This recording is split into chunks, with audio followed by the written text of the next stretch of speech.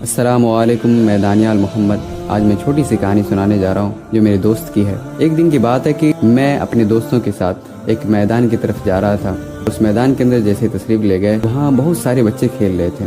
وہاں دیکھتے ہیں کہ کچھ لوگ فٹ بال کھیل رہے ہیں، کچھ لوگ کرکٹ کھیل رہے ہیں۔ تبھی میرے دوست کہنے لگتے ہیں، جانتے ہو یہ فٹ بال ہمیں بہت کچھ سکھانے جا رہی ہے۔ ہم نے پوچھا کہ آخر یہ فٹ بال کیا سکھا رہی ہے؟ تو کہنے لگا کہ یہ آج کل کے مسلمانوں کے بارے میں سکھا رہی ہے۔ جیسے کہ فٹ بال اگر اندر سے بڑھا ہوا ہوتا تو کوئی اس کو لات سے نہیں کھیلتا، اور آج دیکھ رہے ہو نا یہ فٹ بال کس طرح سے لاتوں سے کھیلا جا رہا ہے۔ اسی طرح سے آج کل کے جو مسلمان ہیں وہ اندر سے خالی ہیں، جس کو پوری دنیا لاتوں سے کھیل رہے ہیں۔ اس کا مطلب یہ آتا ہے کہ ہم سب مسلمان جو ہیں اندر سے خالی ہو چکے ہیں، جس کی وجہ سے پوری دنیا ہمیں ذلت کی نظر سے دیکھتی ہے اور اپنے لاتوں سے ادھر ادھر ٹھکرا رہی ہے۔